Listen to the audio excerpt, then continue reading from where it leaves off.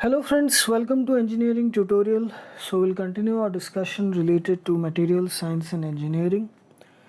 So in this video we are going to discuss about another important concept related to elastic materials, elastic materials, which is elastic potential energy. Now before you watch this video, I want you all to please go through the video related to elastic behavior in terms of interatomic forces. Okay, please watch that video in detail. Don't skip that one because that is related to this. Okay, it is basically extension of that video. So elastic behavior of materials in terms of interatomic forces.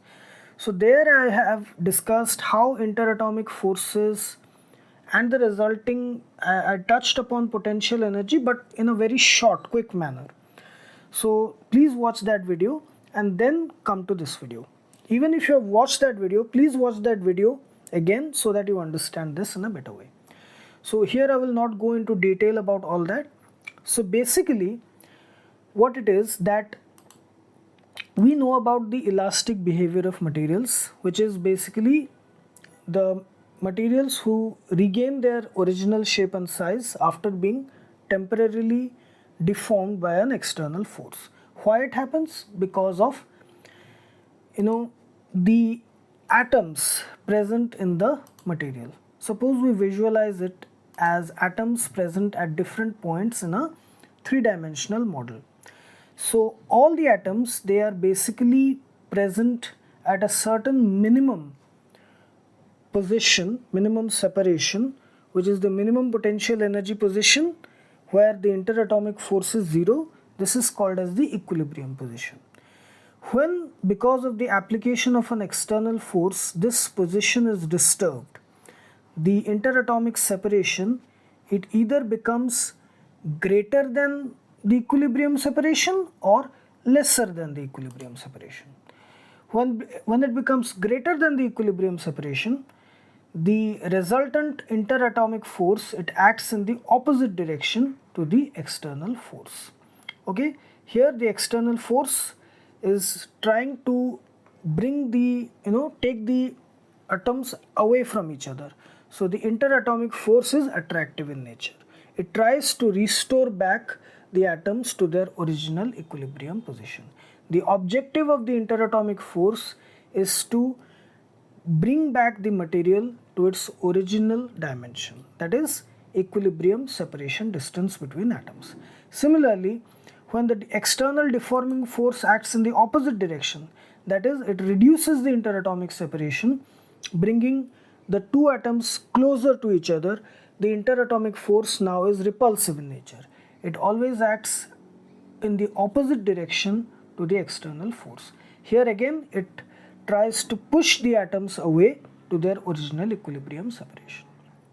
Always remember, interatomic force always acts in the opposite direction to the external force. It is the reaction force to the external action force. The interatomic force is the internal reaction force to the externally acting deforming force, and its objective is always to restore the atoms back to their equilibrium position. This is the basic concept of interatomic force. So there is a concept of potential energy versus the equilibrium separation gap. Okay, this is the curve of potential energy versus the separation gap graph, and this is the minimum equilibrium position RO, where the atoms are at the minimum equilibrium separation. This is the minimum potential energy position. Similarly, the force, interatomic force versus interatomic separation graph, it takes this. Below this there is attraction, that is the interatomic force is attractive in nature. Above this, that is when it is lesser, it is repulsive in nature. Okay, R greater than R0, attraction, R lesser than R0, that is repulsion.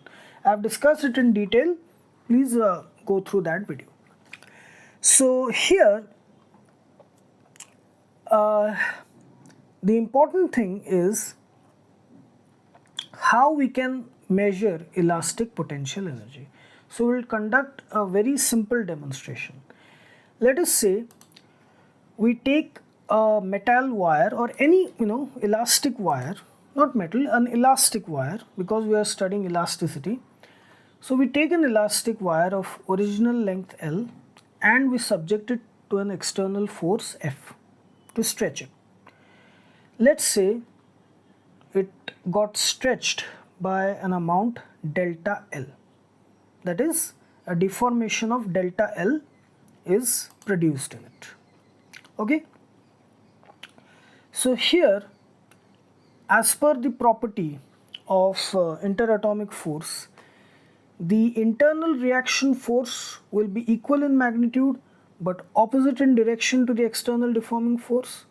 So it will act in the opposite direction.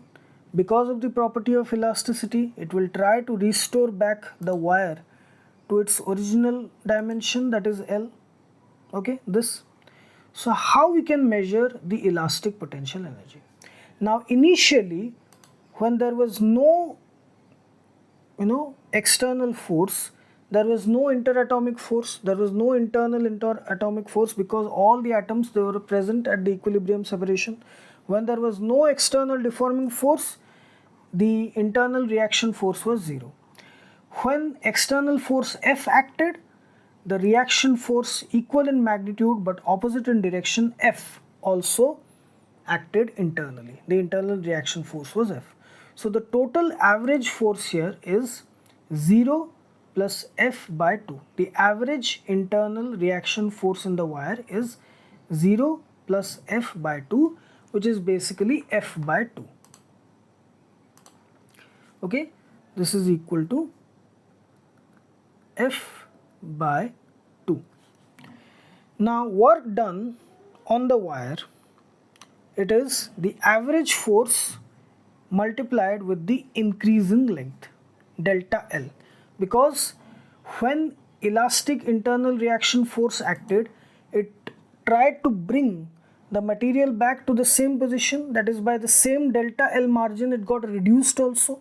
So either way, the work done either by the deforming force or the reaction force is the same, that is, it is opposite in direction. The both forces are opposite in direction, but they are doing the same. The displacement is the same. The external force, it increased the length by delta L.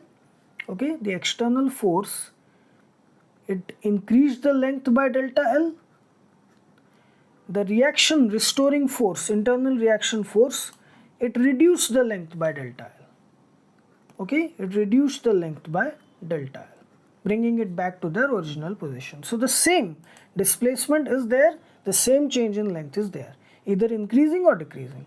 So the work done either by the external force or internal force, reaction force, they are the same but in opposite direction. So it is average force F by 2 multiplied with delta L, that is the change in length. So this work done is stored as elastic potential energy, U. So we can write that this work done is called as the elastic potential energy, U. Okay, and it is F by 2 into delta L. Now here we have done certain rearranging of terms. So we have kept 1 by 2 as 1 by 2 here.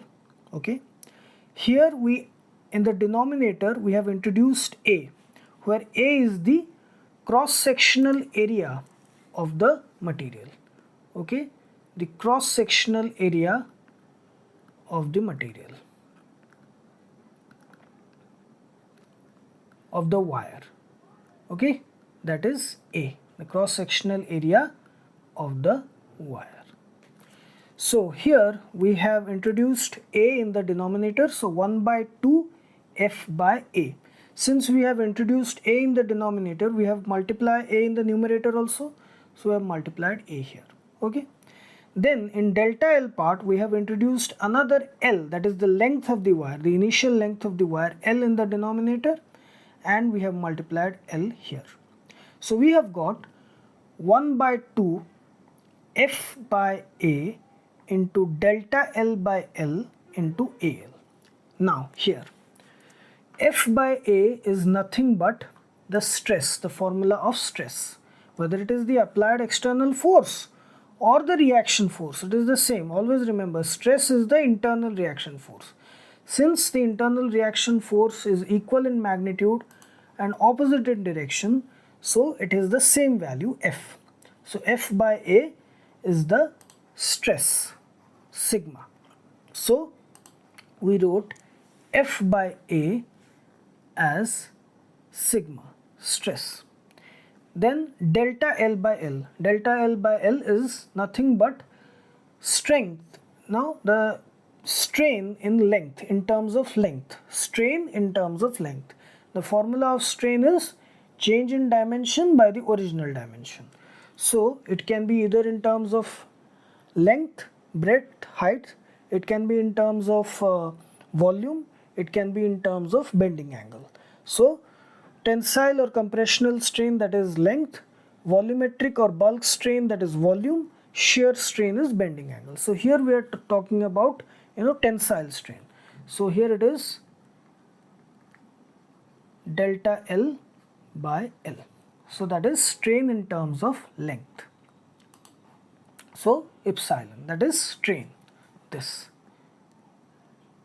And A into L, that is the cross-sectional area of the wire, the cross-sectional area of the wire multiplied with the total length of the wire, cross-sectional area multiplied with the total length of the wire, it gives us the volume of the wire. So this is area multiplied with length of the wire, that is volume. So basically this work done, which is stored as elastic potential energy, it is 1 by 2 into sigma, that is stress, into epsilon, that is strain in terms of length, multiplied into the volume of the wire. 1 by 2 into stress into strain into wire volume. This is the formula of elastic potential energy. Okay, which is the work done either to increase the length of the wire by the external deforming force, or the work done by the internal reaction force to bring the wire back to its original length. Okay, so this is the concept of elastic potential energy. This is the formula. Okay, so this is the thing. So please watch the elastic behavior of solids in terms of the interatomic forces video, that first, and then come to this. Okay.